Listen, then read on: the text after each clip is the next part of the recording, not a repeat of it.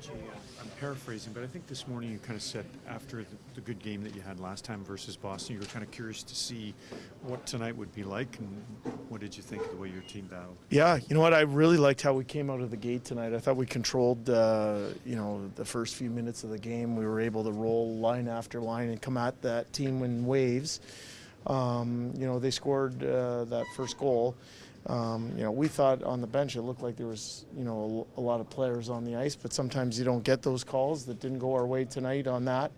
We found ourselves down 1-0. We're aware of what their record is when they score first or when they lead after the first period, but, we felt that we were doing a lot of really good things out there. We just needed to find that first goal to cut it in half, and then, our guys got it done in the third period. I thought our forecheck was really good in the third period. And we found a way against a really good team. You can see why they're the class of the NHL right now.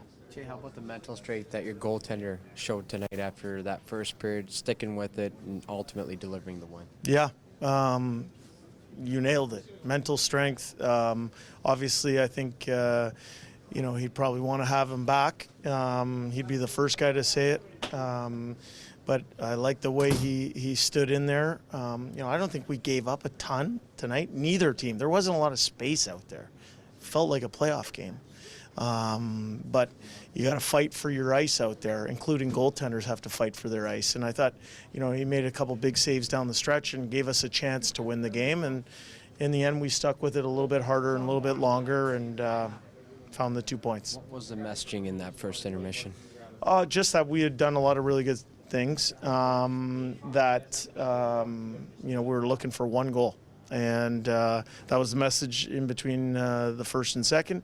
Between the second and third, everybody felt good about our position, and there was just one technical tweak we made to try and get our forecheck going, and it led to 2 goals in the third period. So it was good on our players for going out and pushing and executing and finding those 2 goals. The manner in which you guys won against the team that you guys won against, does that make it all the more satisfying? Yeah, sure. But in the end, it's 2 points, and that was the goal heading into today, was to take care of our business today. It's 2 points on the board.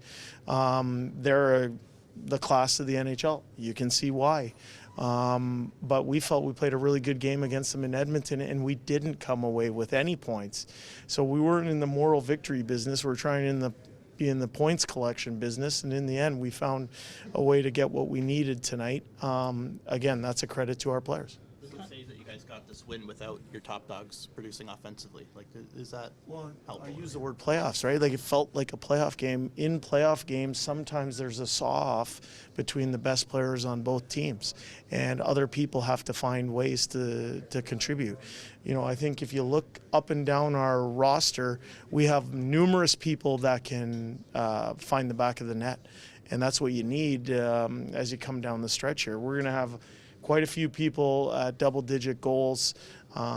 We think we're a deep team. We have a bunch of people in that room that care about each other, that know how to navigate through, some sticky circumstances, which we found ourselves down 2-0 against the top team in the league after the first period. But we stuck with it, and as I said, we did it harder and longer, and we were rewarded with the 2 points tonight. This was like he came off in pain there. What happened? And you know what? I didn't even see it. My mind was on the play, but he felt good enough to finish the game, so I felt good about that. You found a way to forge a comeback, but often this team, when you're trying to come back from down 2, you open it up. Like, you're trying to come back and you're bleeding chances, but you weren't tonight. How's that work? I thought it's a sign of maturity. What I really liked, you guys aren't privy to, but I really liked the talk on our bench tonight. Our players were saying all the right things. And I think that's a really good sign for our team. And not only were they saying it, they were going out and living it. The message was just stick with it here, stick with it, keep putting pucks in places where we can get it back. And, I thought there were times in the first 2 periods where we maybe passed up shooting opportunities. In the third period, I thought it was our best effort with getting pucks on net and trying to force them to defend. Coach, when Zach Hyman's not scoring, what other ways is he producing? Zach is Swiss Army knife type of player. He's good on the wall. He's a foxhole and trenches type player. Someone who takes pride in the little details in his game.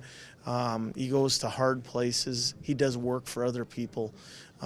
He's integral to everything we have going on right now here with our team in Edmonton. Do you feel a sense of growth with Evan Bouchard and the added responsibilities he's had over the course of the last week? Yeah, I see somebody who recognized an opportunity and he's making the most of it.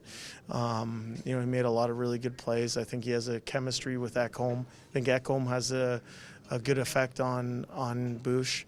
And in the end, it's him that's going out there and playing the way he is. So good on him because he's taking advantage of that opportunity.